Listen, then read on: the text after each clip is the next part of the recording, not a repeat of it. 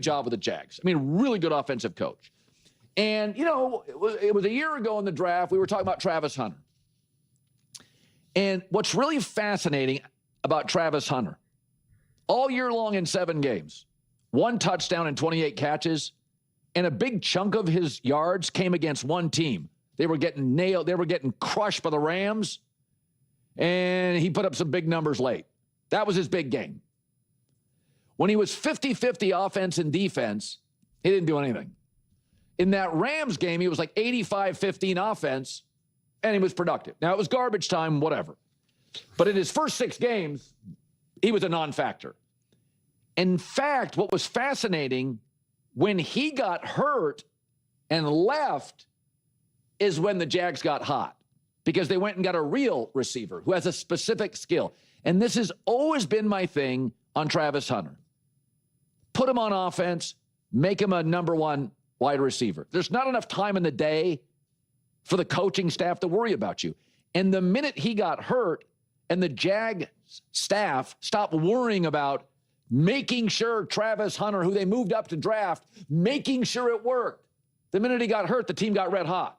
And they went and got a guy, Jacoby Myers, who doesn't run a 4.25, who is not in a world-class elite athlete. He runs really good routes and has really good hands. I mean, the best receiver in the NFL right now is JSN. He is not big. He's not super fast. He is a great route runner. I like my pro athletes to be specifically great at things. Even in the NBA, if you're not a great scorer. Marcus Smart had a hell of a career being an elite defender. Tony Allen, elite defender. Like, I always worry about, hey, this guy is in high school and college, elite athleticism carries the day, especially in high school and lower division football. When you get to higher division football, LSU playing Bama 5 years ago, next year Ohio State playing, you know, the tough teams on their schedule. You got to give me, I like my guys to have specific skills. So it's just interesting when Liam Cohen, they're talking this offseason, hey, how are we going to get this thing with Travis Hunter? He's on track. He's coming back. This is the crux of the matter, and it's something I've been adamant about from the very beginning. I've been beating this drum consistently, pushing back against anyone who tried to perpetuate the fantasy that a player could successfully navigate both sides of the ball at the professional level. The simple, unassailable truth is that you cannot play both sides of the ball in the NFL. It's just not feasible. The physical demands, the mental requirements, the sheer complexity of modern NFL schemes make it an impossibility. And now, looking at the Jacksonville Jaguars, you can see exactly what's at stake. This franchise isn't just trying to field a competitive team. They're trying to build something truly special. They're attempting to construct a roster capable of genuine greatness, and they were right there on the cusp. They were so close to breaking through. This is why the decision regarding Travis Hunter is so critical. The organization needs to determine which side of the ball they can maximize him on. He will not be maximized by splitting his focus. He will not achieve greatness on both sides of the ball. It's simply not how the human body operates under the extreme stresses of an NFL season. He won't physically last, and even if he could somehow endure the physical toll, the expertise required to excel at either position demands singular focus. From a technical standpoint, he won't last either. So that's where I stand with Travis Hunter. Whether you want to deploy him on offense or defense, I'm not claiming to be the expert on which position suits him best. But the mandate is clear. Pick a side and commit fully. Go all in. There's too much at stake at this point to entertain any other approach. And let's be clear about something else.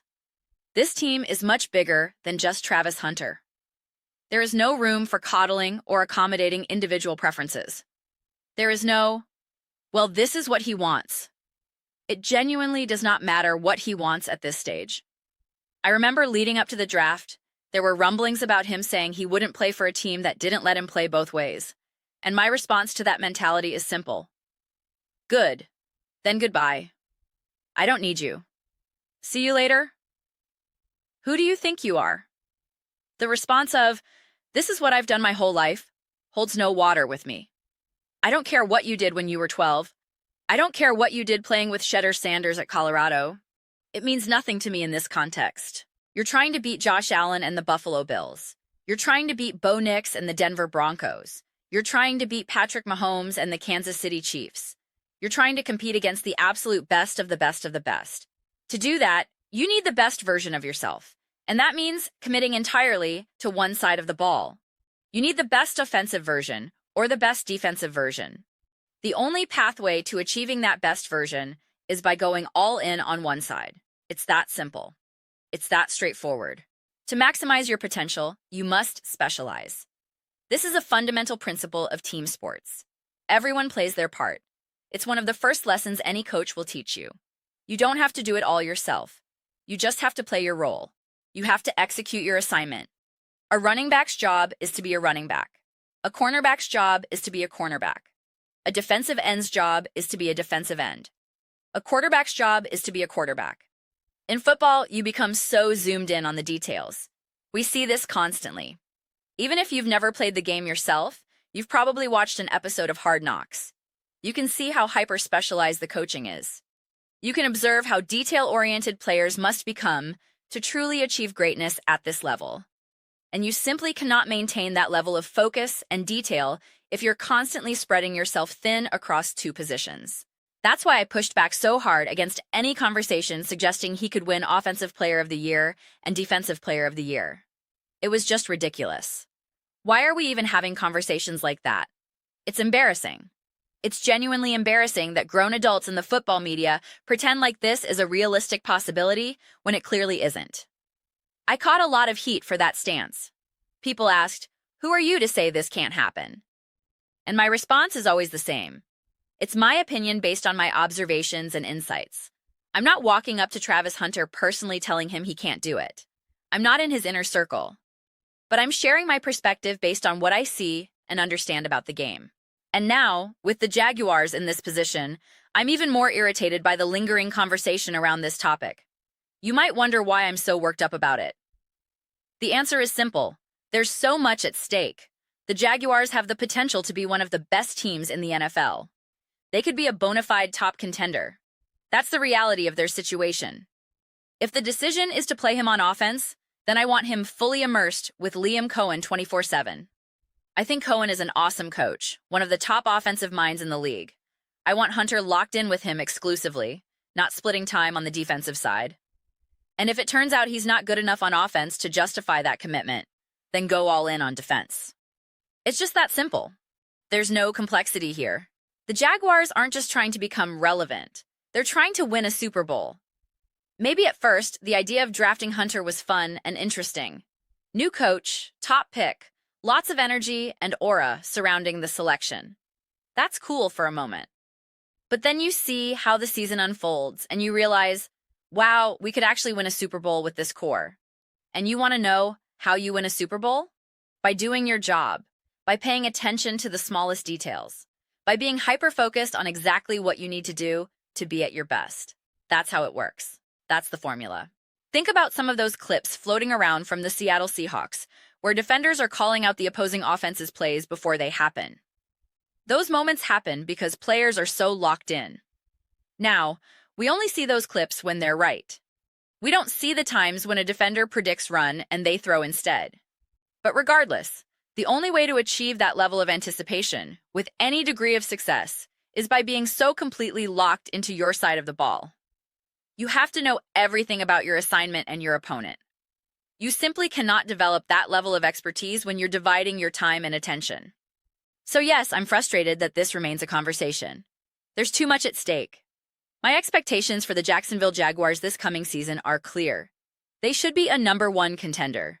They should be competing for the top seed, a first-round bye, and home field advantage throughout the playoffs. That's the standard. Not just being kind of good, not hoping to be the 3 or 4 seed and maybe winning a playoff game. No, it's about taking a gigantic step forward. It's about entering year 2 with Liam Cohen and Trevor Lawrence. Year 2 of a new coach-quarterback relationship means everything to me. Year 1, I'm far more forgiving of ups and downs, of the inevitable figuring out process. But this is year 2 now. You have continuity. You have a foundation to build upon. And Trevor Lawrence isn't some rookie trying to find his way. He's an established NFL quarterback. Liam Cohen is an experienced coach who has shown his worth. They've both proven themselves. So to still be messing around with any of this two-way nonsense frustrates me, because it could literally be the difference between winning it all and coming up short. Think about it seriously. How good would Jackson Smith-Njigba be if he spent half his time playing defense? How effective would Cooper DeJean be on defense if he was also splitting reps at running back? It doesn't make sense. It's not going to happen. Newsflash, it didn't even really happen with Deion Sanders. We like to romanticize that era, but go look at the stats. Look at what he actually accomplished on both sides of the ball year after year. It wasn't quite what people envision it to be. The reality doesn't match the myth. So let's end this conversation. Pick a side, commit fully, and let's see what this Jaguars team can become. Those are just my thoughts, and I'd absolutely love to hear yours. What do you guys all think about the potential for Travis Hunter to continue playing two ways? Let me know your thoughts. I read every single comment.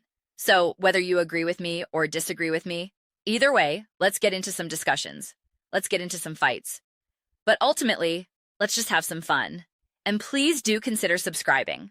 We're building an amazing community here, and absolutely love to see you part of it. I want to build something that we all generally feel connected to, something that we're really excited to be part of. I think we're well on our way to doing it. Please don't forget to give this video a thumbs up, as it really does help the visibility and the algorithm. Thank you so much. See you next time.